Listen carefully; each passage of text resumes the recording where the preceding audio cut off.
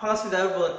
지난 시간에 값신정변에 대해서 계속 배웠는데 제가 이번 시간에는 값신정변에 대한 심화 내용에 대해서 살펴보도록 하겠습니다. 왜 심화 강의를 찍냐면은 여러가지 여러분들이 값신정변에 대해서 이해해야 될 부분들이 있겠다라는 생각이 들어서 제가 이 강의를 두 번째 시간으로 잡았습니다. 아시겠죠? 값신정변에 대한 조금 더 내용 보충을 하겠다는 겁니다. 자, 값신정변이 일어났던 이유, 가장 큰 이유는 온건파와 급진파의 대결이라고 했습니다. 기억이 나시죠? 온건파와 급진파의 대결.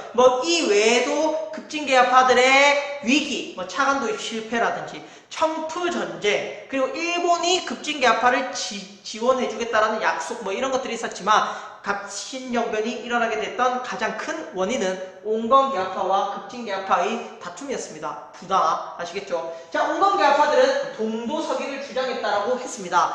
자, 그리고 급진계합파들은 제가 이런 내용은 없지만 제가 만든 내용으로 서도서기라고 했습니다. 기억이 나시죠? 자, 그런데 이 동도서기와 서도서기의 핵심이 뭔지를 여러분들에게 짚어줄 필요가 있었습니다. 자, 동도서기라는 게 제가 제도도 동양의 제도, 그러니까 조선의 제도죠. 그리고 기술은 서양의 기술, 이것의 콜라보라고 했습니다. 맞죠? 이 두 가지의 콜라보가 조선의 제도와 서양의 기술, 이 두 가지의 콜라보가 동도서기라고 했습니다. 그런데 여기서 우리가 짚고 들어가야 될 핵심은 뭐냐면 이 조선의 제도라는 부분입니다. 이 조선의 제도가 도대체 무엇일까? 이걸 기억해야 합니다. 여기는 물론 다양한 게 있겠죠. 조선의 기존의 신분제도라든지 조선의 기존의 여러가지 제도가 있겠지만 여기서의 핵심은 바로 왕정입니다. 왕정. 이렇게 생각해야 합니다. 왕정은 뭡니까? 왕정. 처음 들어봤습니까? 왕이 정치를 하는 형태를 왕정이라고 합니다. 조선은 전통적으로 왕이 정치를 주도했습니다. 맞죠? 고려 때도 그랬고요. 조선 때도 그랬습니다. 왕을 중심으로 정치가 흘러갔습니다. 그래서 왕은 최고의 권력을 가지고 신하들 위에 군림했던 존재죠. 이 왕정을 인정하는 것이 바로 온건계합파들이었습니다. 이해갑니까? 그러니까 지금의 왕은 고종이죠. 고종이 정치를 계속 주도하고 권력의 핵심이 되는 것을 인정하는 형태가 동도서기, 그리고 동양, 조선의 제도를 유지한다. 왕정을 유지한다. 이해갑니까? 이걸 이해해야 합니다. 반면에 서도서기는 뭡니까? 서양의 제도,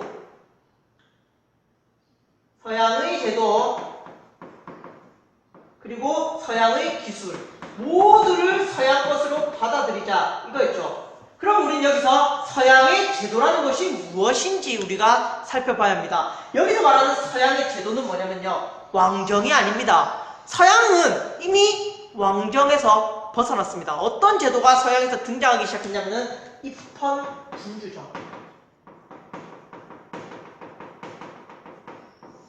입헌군주정이라는 건 뭐냐면은 왕이 있습니다.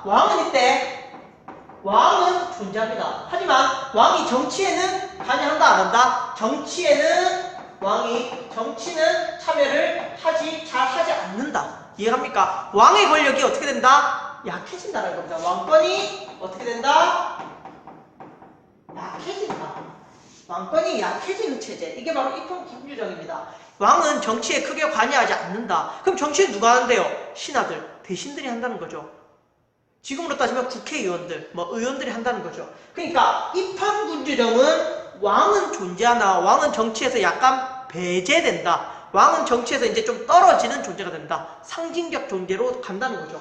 그러니까 급진개혁파들은 최종적으로 표방했던 것은 입헌군주정입니다. 무슨 말인지 알겠죠? 왕을 정치에서 배제시키는 작업을 하겠다라는 게 급진개혁파들의 생각이었습니다. 이거는 물론 갑신정부 때 구현된 건 아니지만 점점 이렇게 구현이 돼 간다라는 거죠. 그래서 온건개혁파와 급진개혁파는 싸울 수밖에 없었습니다. 이해갑니까? 이해가죠? 됐죠? 온건개혁파들은 왕정을 유지하자는 입장이었고 급진개혁파들은 왕정을 어떻게 하자? 폐지하자는 입장이었습니다. 왕정을 폐지하자. 이해가죠? 이런 주장의 차이가 있었다. 자, 그래서 어쨌든 갑신정변이 일어나게 되었습니다. 자, 이 갑신정변에서 제가 또 설명 안 하고 넘어간 것이 개혁정강 14개조입니다. 개혁정강 14개조. 아시겠죠? 이 개혁정강 14개조에서 제가 다섯 가지 내용만 살펴보겠습니다. 교과서에도 나와 있거든요. 23페이지에. 여기에는 대표적인 내용이 청나라의 사대를 폐지하자. 왜 청나라의 사대를 폐지했을까요? 급진개혁파들이기 때문이죠. 급진개혁파들이기 때문에 청의 사대를 폐지하자고 했습니다. 급진개혁파들의 뒤에는 누가 있었습니까? 일본이 있었습니다. 맞죠? 일본이 강화도 조약 때 조선은 자주국이다. 왜 표방했습니까?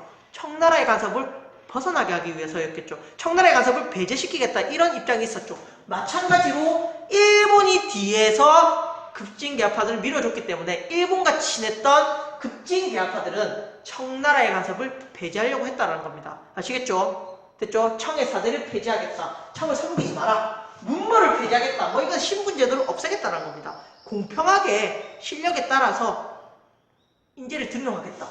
조세제도 개혁하겠다. 세금을 똑바로 걷겠다라는 겁니다. 세금을 똑바로 걷겠다. 자, 재정을 일원화하겠다. 이 재정을 일원화하겠다는 말이 무슨 말이냐면 조선시대 때는 재정이 왕실 재정과 국가 재정으로 분리되어 있었어요. 이게 뭐냐? 그러니까 왕이 쓰는 돈 따로, 국가가 쓰는 돈 따로 이래 있었다는 거죠.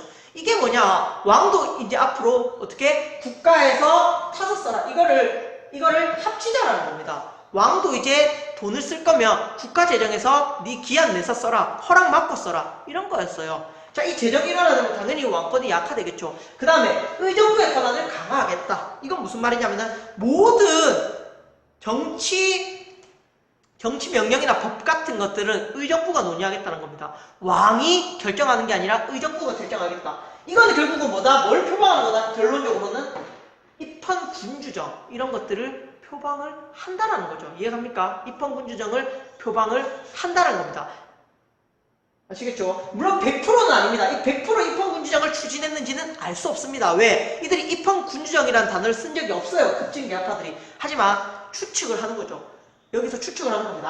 아마도 이 의정부 권한 강화, 재정 일원화를 통해서 이 두 가지를 통해서 왕의 권한을 약화시키고 왕이 아니라 이제 신하들이 정치를 참여하는 이런 형태를 만들었을 것이다. 아시겠죠? 자, 이래서 최종적으로 입헌군주정을 표방을 했다라는 거 우리가 기억을 해 주셔야 합니다. 자, 그 다음 마지막. 실패했죠. 실패하고 한성조약을 체결하고 텐진조약을 체결했다. 이 텐진조약에 대해서 우리가 살펴봐야 합니다. 텐진조약은 청나라와 일본이 서로 체결한 조약입니다. 맞죠? 청나라와 일본이 체결한 조약입니다. 청나라와 일본이 체결한 조약인데, 자, 그러면 이 텐진조약은 어떤 결과를 일으켰느냐? 자, 공동으로 철수합니다. 군대를 공동 철수를 했습니다. 자, 그런데 사건이 발생합니다. 어떤 사건? 동학농민운동이 발생합니다.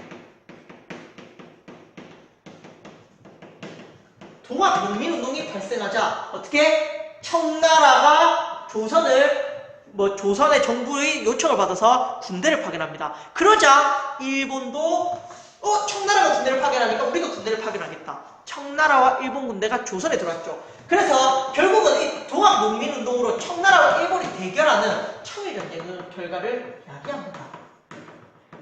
이거는 다음 시간에 배울게요. 동학농민운동 때 이 텐진조약에 의거해서 청나라도 조선에 군대를 파견하고 일본도 조선에 군대를 파견하는데, 그러자 조선에서 청나라와 일본이 대결이 발생했고 이것이 급기야 청일전쟁으로 이어지게 된다. 아시겠죠? 우리는 온건개파와 급진개파의 최종적인 생각들, 그리고 갑신정변의 개혁정강 14개조, 그리고 텐닌조약이 어떤 영향을 미쳤는지 이거에 대해서 살펴봤습니다. 자, 과제는 제가 게시판에 올려두겠습니다. 한번 과제에 대해서 확인해 주시기 바랍니다. 자, 감사합니다. 자, 다같이 따라 읽어봅시다. 급진개파는 개혁정강 14개조를 발표해 급진적인 개혁을 시도했으나 실패했다. 급진개파는 개혁정강 14개조를 발표해 급진적인 개혁을 시도했으나 실패했다.